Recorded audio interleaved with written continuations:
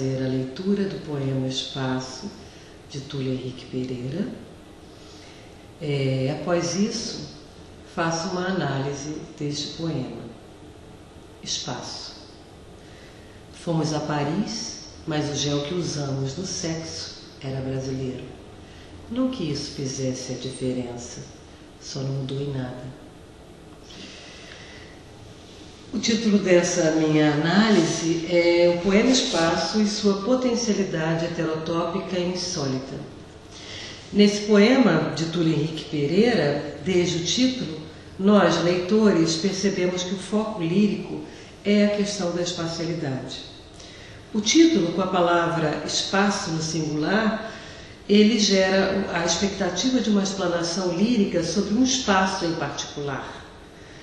Mas logo nos primeiros versos, o poeta surpreende o leitor com a exposição de dois espaços geográficos. Mais ainda, com a simbiose, com a conjunção desses dois espaços. O eu poético demonstra que esses espaços, apesar de distantes física e geograficamente, esses espaços eles têm os seus pontos de aderência espacial e criam fronteiras e intersecções imaginárias. Esses pontos de aderência, criadores de fronteiras e intersecções, são gerados pelo sujeito que neles se insere, são deflagrados pela posição que esse sujeito ocupa e que o seu corpo ocupa nesses espaços. O eu poético, expondo a sua subjetividade por intermédio em especial da sexualidade, possibilita a simbiose entre Paris e Brasil. A viscosidade do gel é que vai provocar a aderência dessas pretensas espacialidades longínquas. Fomos a Paris, mas o gel que usamos no sexo era brasileiro.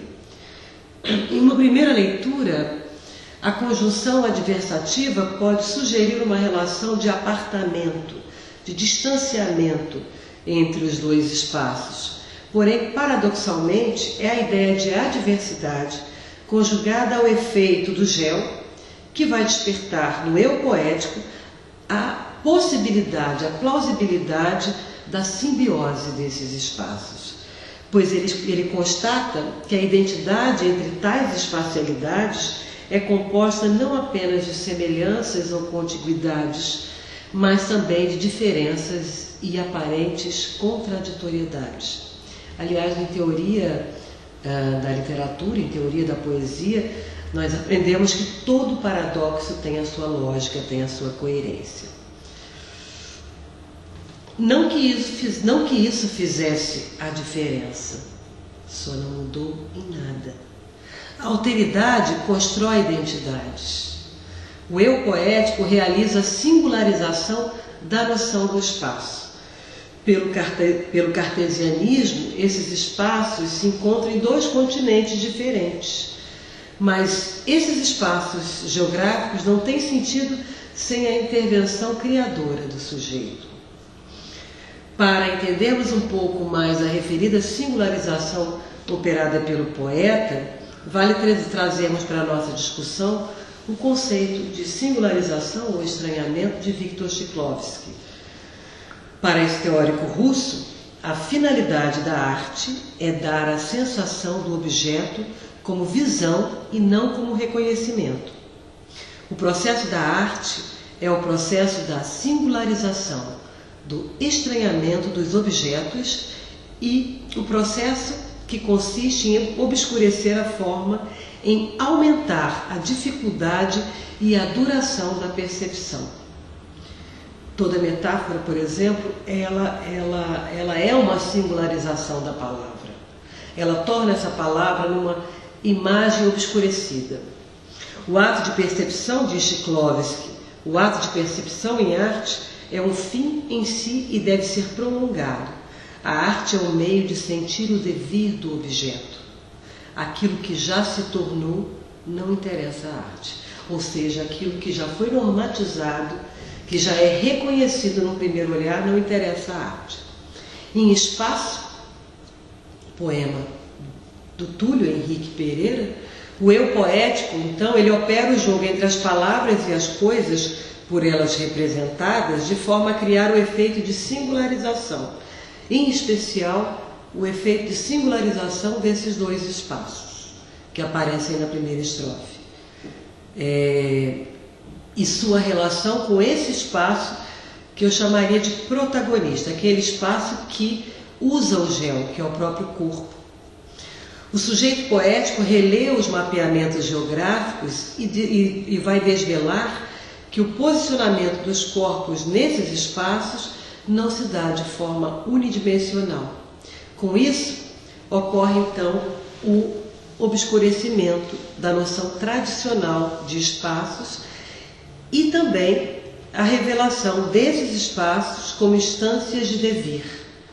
Nesse sentido, em nossa leitura, o sujeito poético incita os leitores a perceberem os espaços como tessituras múltiplas, fragmentárias, rizomáticas, já que entre os espaços há muitas conexões, que somente serão sentidas, experimentadas pela localização e percepção dos corpos desses sujeitos.